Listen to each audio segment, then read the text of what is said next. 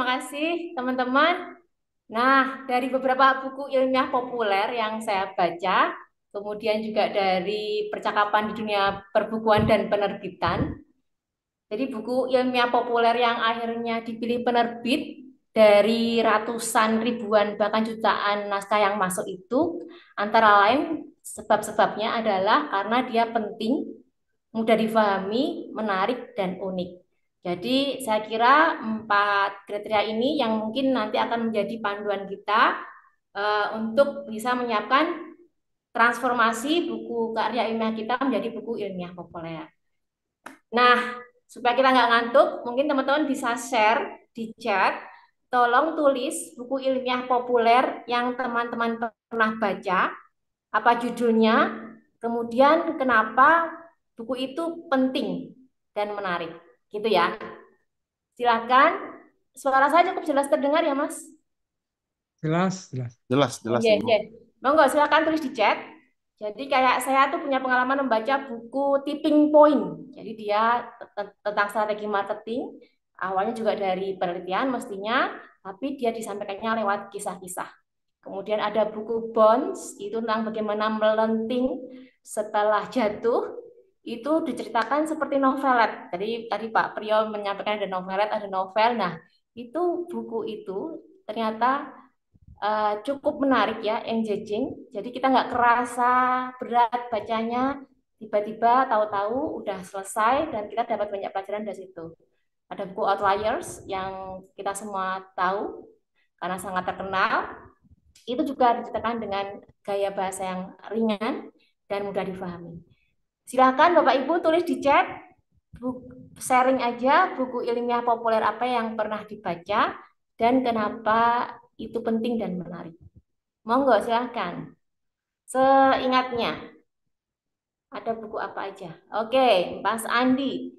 Teaching Urban Morphology oleh Victor Oliveira. Bukunya menarik karena isinya komprehensif dan grafiknya cukup banyak. Struktur tulisannya juga baik untuk diikuti dari bab ke bab. Wow, terima kasih Mas Andi sudah sharing judul. Kita jadi punya wishlist baru nih. Kita bisa catat buat cari bukunya. Monggo silakan yang lain. Jadi kalau misalnya sambil teman-teman nulis di chat ya, mungkin aku lanjutin ngobrolnya. Nanti kita sharing-sharing aja karena aku yakin di sini Bapak Ibu, para profesor, dokter-dokter juga sudah banyak menulis dan punya banyak pengalaman struggle dalam mentransform dari karya ilmiah ke buku ilmiah populer. Dari Pak Budimansyah ada Jerusalem The Biography karya Montefiore. Oke, makasih Pak Budimansyah. Jadi penting itu bisa kita lihat dari apa sih big idea ya, ide besar dari buku tersebut. Kemudian konsep-konsep kunci apa aja, pesan-pesan penting apa aja yang buku itu katakan ya, sehingga kita mendapat pelajaran dari situ.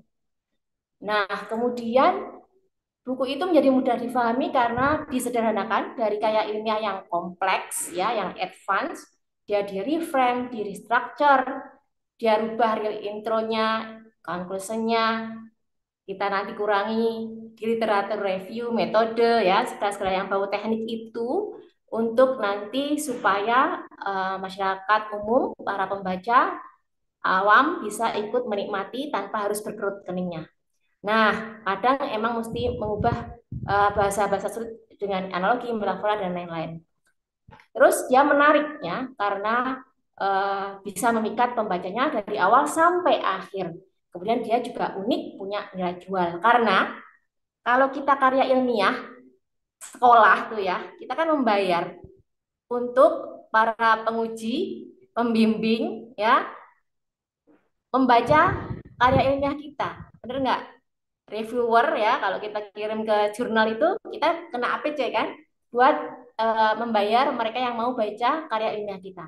Tapi kalau kita jadikan itu buku populer, orang-orang akan membayar karena mereka yang membeli buku kita. Jadi buku itu harus punya nilai jual. Itu harus disesuaikan dengan kebutuhan mereka. Nah, ini rencananya kan teman-teman mau mengubah dari karya ilmiah teman-teman jadi buku ilmiah populer. mungkin bisa sembari pemanasan sebelum nanti kita beneran nulisnya ya di Malang. Ini pemanasan dulu. Teman-teman coba tulis di kolom chat buku yang teman-teman mau tulis itu sepenting apa gitu ya. Apa perlunya buku itu ditulis ya. Kemudian kira-kira apa yang membuat buku itu menarik. Silahkan. Monggo yang sudah punya bahan dan siap atau mungkin bahkan sekarang sudah menyicil ya, membuat beberapa bagian. Nanti kalau kita sudah punya outline atau kerangka, kita bisa nulis dari mana aja, nggak harus dari depan ya. Bisa nulis dari mana saja, bab mana dulu yang paling greget ya di hati kita, yang mana dulu yang kita dapat insight-nya, kita kira-kira punya bahannya lebih banyak, itu kita tulis dulu, baru yang lain disambung nanti kita rangkai gitu. Silakan, ada yang mau share tentang rencana buku yang mau ditulis? Kenapa buku Bapak Ibu itu penting dan harus ditulis? Atau misalnya sebelum ini sudah punya karya dan sudah terbit, boleh juga loh ditulis di kolom chat sekaligus buat promosi ke teman-teman di sini bahwa buku itu penting dan menarik. Silakan. Tadi ada tambahan buku ilmiah populer yang pernah dibaca, Retorika karya Aristoteles ya. Makasih Mas Fahrizal. Buku itu bagus karena substansinya bagus dan lengkap. Nah, lengkap juga jadi salah satu poin ya. Oke. Begitu menceritakan bagaimana seni berbicara dan menjawab pertanyaan lawan berdebat. Oke, terima kasih. Ini Pak Hendro Prabowo share. Ini buku rencana buku yang mau ditulis ya Pak? Judulnya Perjalanan ke Penjuru Nusantara, tujuannya agar pembaca mengenal betul sudut-sudut dan bagian-bagian Nusantara, tidak cuma Jawa atau Jakarta, berkaitan dengan budaya, arsitektur, seni, dan budaya. Wah, keren banget. Ini kayaknya semangatnya, spiritnya pas banget. Sekarang kita baru kembali menggali local wisdom di Nusantara. Di buku ini kayaknya penting sekali supaya kita nggak lupa ya dengan sejarah kita mencatat supaya anak cucu generasi masa depan bisa turut membaca buku tersebut. Terima kasih Pak Hendro Prabowo. Nanti teman-teman kalau tidak tulis di chat boleh ditulis notnya masing-masing. Oke, kita lanjut. Nah, tadi ngomongin buku itu mesti penting ya. Jadi kita bisa gali dari big idea-nya. Kadang suatu karya ilmiah seperti tesis, disertasi, itu kan sangat kompleks ya. Ada banyak sekali hal yang dibahas, dan ketika mau diangkat menjadi buku, kayaknya kita terlalu kerepotan kalau mau mengangkut semua. Jadi nggak masalah, misalnya kita ambil cuman sebagian saja. Cari, ya, namanya ekstrak. Jadi kita berusaha menggali bagian mana yang kayaknya punya unsur penting tadi itu dan bisa relate dengan pembaca yang kita sasar, gitu ya. Jadi ide besarnya apa? Ada problem apa di masyarakat calon pembaca kita? Kemudian apa jawaban yang kita punya setelah kita melewati berbagai penelitian bertahun-tahun itu untuk menjawab permasalahan itu. Nah, rangkum itu dalam satu dua kalimat tentang deskripsi bukunya, apa yang Bapak Ibu ingin nantinya orang itu mensitasi buku tersebut gitu. Ini harusnya praktek juga, tapi kalau ngantuk atau pemanasannya kurang emang agaknya enggak langsung on, enggak apa-apa ya. Nanti teman-teman bisa tulis ini dan praktek di rumah masing-masing. Tapi kalau ada yang mau nulis di chat, aku berterima kasih sekali.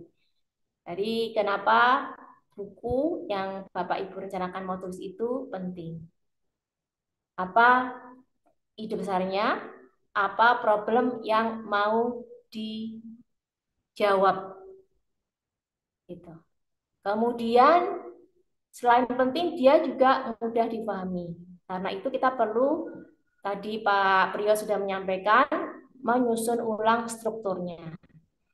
Jadi kalau di karya ilmiah kita biasanya ada pendahuluan, kemudian literatur review, metode, temuan, analisa, pembahasan, kesimpulan. Di dalam buku, struktur itu harus disederhanakan supaya lebih enak membacanya. Nah, bentuk tulisan ulang struktur itu bisa berupa naratif, berbasis cerita, ya, storytelling, mengalir, dia emosional, berkoneksi dengan pembaca. Bisa juga dia basisnya problem solving. Jadi ada suatu masalah, challenge, terus buku itu menjawab masalah tersebut dan memberikan rekomendasi aksi. Atau bisa juga direstruktur ya dengan studi kasus. Jadi ada konteks apa, kita punya beberapa studi kasus yang dibahas di sub-sub babnya, kemudian kita bikin benang merahnya.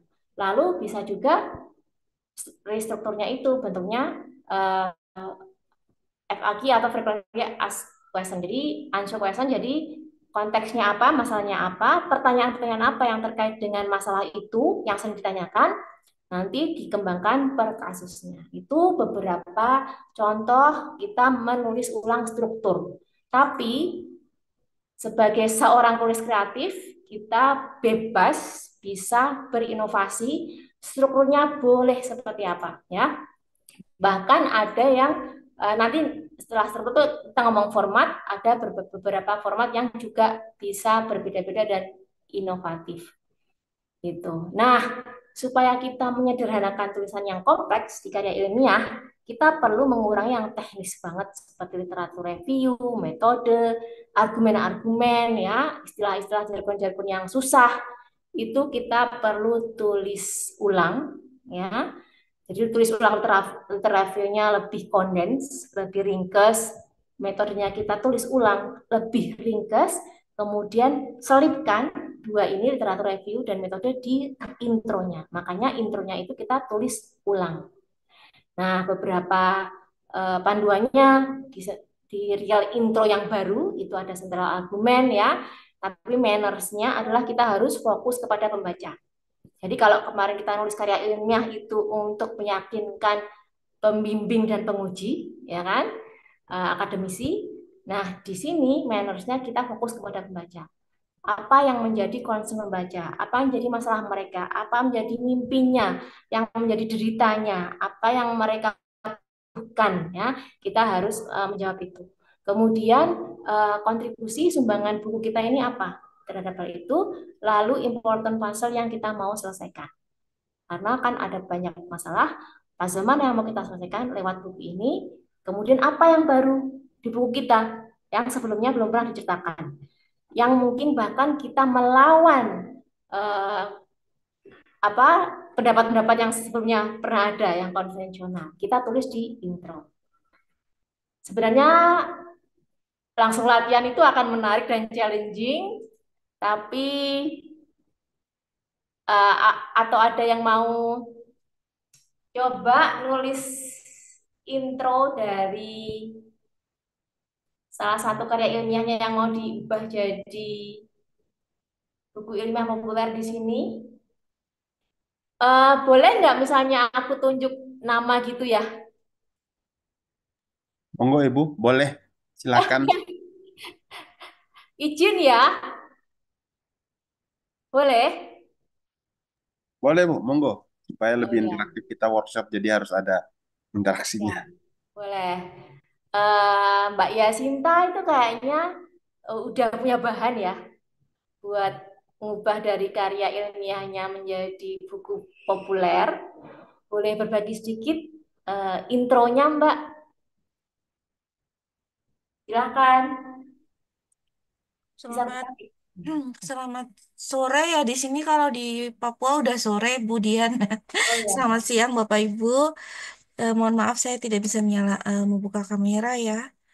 Eh, bahan sebenarnya bahan itu yang untuk ikut ini ya Bu Dian book chapter ya Bu ya. Oh ya, boleh. Intro di book chapternya boleh. Iya.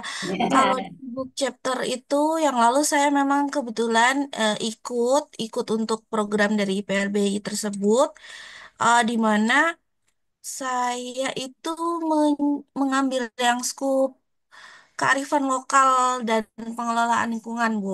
Mm-mm. Nah, itu subtemanya ya. Jadi ada tema, ada subtema gitu ya, Bu ya. Nanti mohon dijelaskan itu sebenarnya kalau dalam buku itu emang bisa seperti itu ya. Apakah memang kita bebas, penulis itu bebas untuk punya ada subtema-subtemanya di dalam setiap bab kita. Kemudian kalau yang untuk tulisan saya itu, saya kemudian kebetulan karena lokasi tempat tinggal saya di Papua, domisili di Papua, lahir besar di Papua, maka kemudian saya mencoba menulis bagaimana relasi antara lingkungan, keterkaitan antara lingkungan hidup dan tradisi lokal yang ada dalam permukiman orang-orang asli Papua. Nah, karena Papua ini kan ada beberapa daerah ya wilayah sehingga kemudian diambil setiap wilayah tuh ada kayak kasus-kasusnya gitu Bu, satu kasus untuk setiap wilayah saya coba untuk menuliskan. Mungkin kira-kira begitu ya Bu intro sementara dan mohon penjelasan atas pertanyaan saya tadi Bu Dian. Apakah Ya, memang dalam buku memang itu wajar atau apa kita membuat sub-sub tema. Nah, ini mungkin bisa di-share, dibagikan pengalamannya. Terima kasih. oke. Terima kasih Mbak Yasinta. Jadi kalau misalnya tadi, ya aku jadi ingat salah satu mentor itu bilang gini, ada satu bahan yang kita bisa tulis hanya pendek, ada bahan yang kita bisa tulis panjang. Kalau aku lihat sebenarnya dengan beberapa studi kasus yang tadi Mbak Yasinta ceritakan, itu dia punya potensi untuk menjadi panjang. Jadi mungkin bisa jadi buku. Nah, di real intro mungkin tampak di layar nanti bisa dicek apakah di intro Mbak Yasinta sudah cukup sentral argumennya, ya, argumen sentralnya cukup, terus kemudian kontribusinya sudah ditulis juga di intro, lalu eh, apa masalah yang mau diselesaikan dan apa yang baru di situ. Kalau yang sekarang Mbak, apa yang baru dari tulisan Mbak Yasinta yang sebelumnya belum pernah ditulis Mbak? Terhadap tulisan orang lain apa tulisan saya ya, Bu? Terhadap tulisan orang lain. Oh iya, mungkin sesuatu yang baru karena ini kan bersifat khas ya, Bu. Jadi tentu kalau kita menyamaratakan setiap daerah, pasti masing-masing daerah pun memiliki tulisannya terkait kaitan antara ruang berhuni dengan tradisi. Namun yang menjadi baru di sini sebenarnya lebih kepada kekhasannya, Bu. Kalau di Papua berbeda, kemudian mungkin nanti kalau di Bali berbeda lagi, di Jawa berbeda lagi, seperti itu. Oke. Kalau Iya. yang kemarin dikirim untuk ke book chapter, literatur review dan metode ditulis terpisah atau sudah disederhanakan untuk masuk ke intro? Eh, ini belum, Belum apakah kirim ya? baru mengirimkan abstrak, Bu, kemarin? Oh ya, nanti berarti naskah lengkapnya sekalian ya. Ya. Nanti yang bagian literatur review Mbak sama metode diringkes aja, dikondens ya. Kemudian Oke. nanti disisipin ke intronya Oh gitu. ya, baik-baik. Jadi Ya, tidak perlu dibuat sendiri gitu ya, Bu ya, ya? ya. Jadi Oke, nanti baik. sub-subnya itu adalah key konsepnya, key message-nya. Oh iya, udah, ini lagi sambil buat nih, berarti udah Ya, sepemikiran saya juga ya. gitu. Jadi nanti dikirim aja, nanti ada Pak Priyo bantu untuk review supaya nanti kalau ada revisi-revisi teman-teman bisa revisi sebelum ini ya diterbitkan. Gitu. Terima kasih Mbak Yasinta. Iya, terima kasih banyak, Ibu. Ya, sama. Nah, selain real intro yang kita tulis ulang supaya sesuai dengan pembaca, ya, supaya dia ada conversation, ada percakapan dengan pembaca. Kemudian di conclusionnya juga kita mesti tulis ulang. Jadi kontribusinya apa, konsekuensinya apa, kemudian diferensiasi tulisan kita dibandingkan tulisan yang lain, itu menjadi make sense di situ ya. Argumennya, approach-nya, kemudian temuannya, itu bagaimana eh, make sense, kita semua tulis di conclusion. Jadi conclusion itu benar-benar real, kan tadi itu main-nya kita adalah fokus kepada pembaca.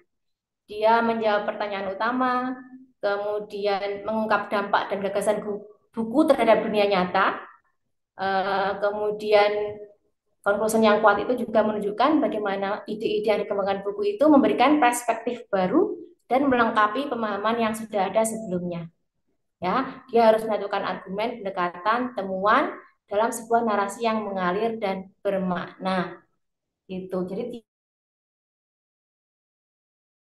pemikiran baru sehingga ketika orang menutup buku kita, ya mereka menemukan cara yang menggugah, ya, tidak hanya memahami isi buku tapi juga pembaca itu akan terdorong untuk bertindak dan berpikir lebih jauh gitu. Jadi di conclusion itu yang setelah kita tulis ulang, kita fokus pada dampaknya, perbedaan ditawarkan, hubungan antara argumen, pendekatan, dan temuan, lalu tidak hanya menutup cerita tapi juga membuka ruang untuk diskusi. Itu untuk real conclusion. Nanti teman-teman, ini kita spill doang ya, kita cuma pemanasan. Untuk lebih detailnya nanti kita ikuti di sesi-sesi berikutnya, termasuk sesi di venue di Malang, insya Allah, Juli. Nah, tadi yang pertama penting, yang kedua mudah difahami, ada real intro, real conclusion yang kita tulis ulang, termasuk condensed literatur review dan metodenya. Nah, beberapa jargon istilah yang susah banget ya karena hanya orang akademisi yang paham, harus kita ubah untuk supaya bisa diterima oleh masyarakat umum, para pembaca. Nah, caranya antara lain lewat analogi. Jadi misalkan bandingkan sesuatu dengan sesuatu yang akrab bagi mereka, bagi membaca. Bisa lewat metafora, jadi bandingkan dengan sifat yang serupa. Atau pakai simbol, pakai objek, konsep yang punya makna sama.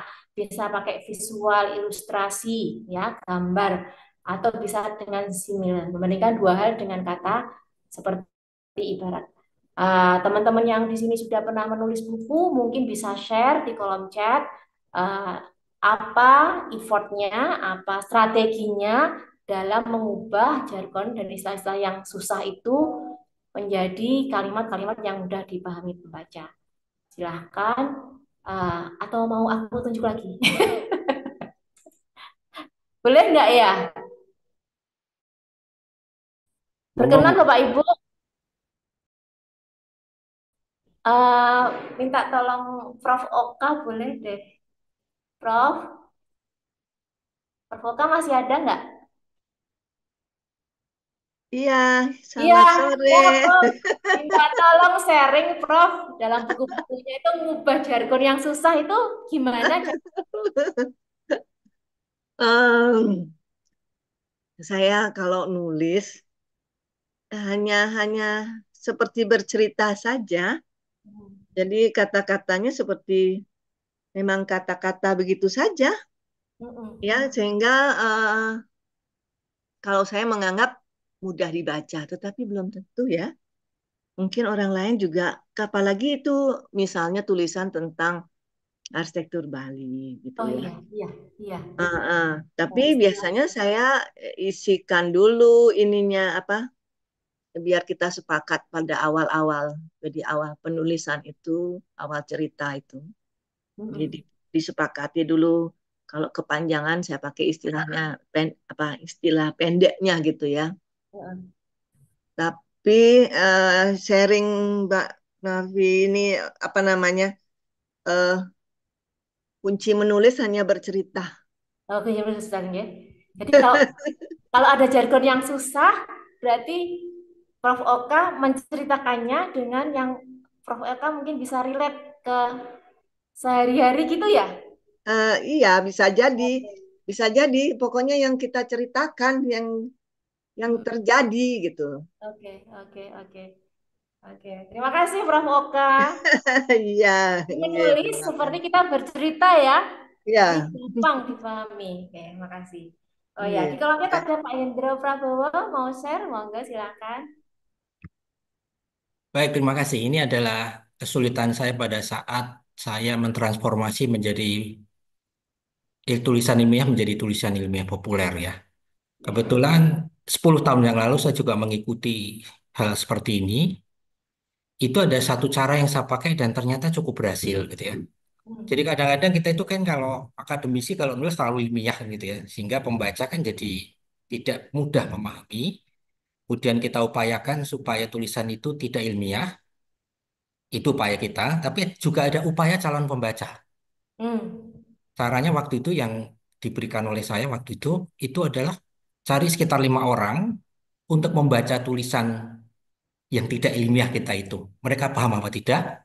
Kemudian nanti mereka akan memberikan masukan bagian-bagian mana yang mereka tidak pahami. Dan Oke. waktu itu saya berhasil ya dengan book chapter pertama saya tahun 2015. Terima Oke. kasih. Oke, terima kasih Pak Hendro sharingnya. Jadi kita cari pembaca, beta readers ya istilahnya 5 orang pembaca pertama untuk mereka berkomentar, memberi feedback ya. Mana yang mereka pahami, mana yang belum. Nah, yang belum kita difahami itu kita coba jelaskan dengan berbagai cara sehingga pembaca nantinya akan paham. Terima kasih Pak Hendro. Itu beberapa cuplikan, nanti teman-teman akan dapat yang lebih detail di workshopnya langsung. Nah, penting, mudah difahami, kemudian menarik ya. Menarik itu ada banyak cara, misalnya dari bentuknya, formatnya ya. Ada esai, mutasi, kualitatif, persuasif, storytelling, cerita, how to, kombinasi. Itu seperti yang saya tulis di Grasindo itu how to reset your life, bagaimana menata hidup kembali setelah berantakan dan keterpurukan. Itu saya memadukan antara kajian psikologi, pendidikan, agama, dan saya masukkan sedikit arsitektur. Jadi how to atau buku guidance, buku panduan itu yang paling sering digunakan untuk orang-orang mengalihkan dari tulisan ilmiah menjadi karya ilmiah populer. Gitu. Menarik juga bisa lewat engaging naratif ya, narasi yang memikat karena hook-nya kuat ya, kemudian disampaikan dengan storytelling, cara bercerita, di cerita tulisnya kita ada dramatika babak istilahnya ya, kemudian memakai bahasa percakapan tadi yang Prof. Oka udah sampaikan, ada dialog, ada konflik untuk meningkatkan ketegangan, tension sehingga orang terus dibikin penasaran gitu kan, page turning, buka halaman berikutnya. Kemudian kita memperhatikan pace, kecepatan. Kalau kita mau bikin dia tegang berarti dibikin cepat. Kalau kita mau bikin suasana, mau bikin reflektif berarti dibikin lambat. Dinamika, ritme, dan lain-lain itu nanti kita pelajari lebih lanjut di workshop. Kemudian ada style, ya gaya. Ini webinar tanggal 26 kalau nggak salah April. Kemudian nanti ada voice, suara, autor yang khas, yang mesti kita cari emang find your voice karena kekhasan suara kita itu nanti akan menjadi ciri khas yang membedakan kita dengan penulis yang lain, gitu ya. Kemudian ada tone, ada suasana, lalu ada alur. Nah, alur ini kalau menarik nanti bikin si pembaca ngikutin kita dari awal sampai akhir ya, sehingga kita sepanjang buku itu meng-create excitement supaya orang terus terpikat ya, terus membaca sampai belakang. Nah, selanjutnya juga unik. Jadi kalau di marketingnya, karena buku ini nanti dijual, dia harus punya unique selling proposition. Jadi di antara banyak buku yang serupa dengan buku kita, misalnya nggak sama-sama bicara tentang hunian bersama, gitu ya. Apa sih yang membedakan buku kita dengan buku orang lain? Keunikannya apa? Nah, di unique selling proposition itu uh, paling gampangnya itu ditulis keunikannya apa, kemudian manfaat bagi pembaca dan relevansinya. Jadi pentingnya apa buku tersebut. Nah, jadi saya penting dia punya manfaat tapi juga punya keunikan. Keunikan juga bisa dari pendekatannya, bisa dari kontennya ya, dari isinya, bisa dari temuannya. Nah, itu kita tuliskan di USP. Ketika kita udah punya USP yang itu fokus kepada pembaca karena kita tahu masalah mereka dan ingin menyelesaikan masalah mereka, kita bisa pakai USB itu untuk nantinya pitching ke penerbit. Jadi kita ketemu editor di tengah jalan atau di lift ya. Kalau orang-orang sering memberikan perumpamaan, kita punya kesempatan cuma 3 menit nih ketemu orang itu di suatu rapat apa conference gitu ya. Kita mau pitching, kita mau kasih godaan misalnya, kita mau menggoda si editor supaya mau bilang ke penerbitnya supaya menerbitkan buku kita bisa pakai USB itu. Jadi hooknya kuat, masalahnya jelas, singkat, solusinya jelas dan unik. Kita punya keunggulan, target pembacanya siapa, bahasanya efektif, dan ada call to action-nya. Nah, dengan USB juga kita bisa pakai bahan untuk blurb atau tulisan di cover belakang. Ya, ada inti yang kita sampaikan secara singkat, tapi tidak membocorkan semuanya supaya orang penasaran buat membeli buku itu. Gitu. Nah, itu sedikit dari saya. Nanti kita lanjut dengan tanya jawab aja.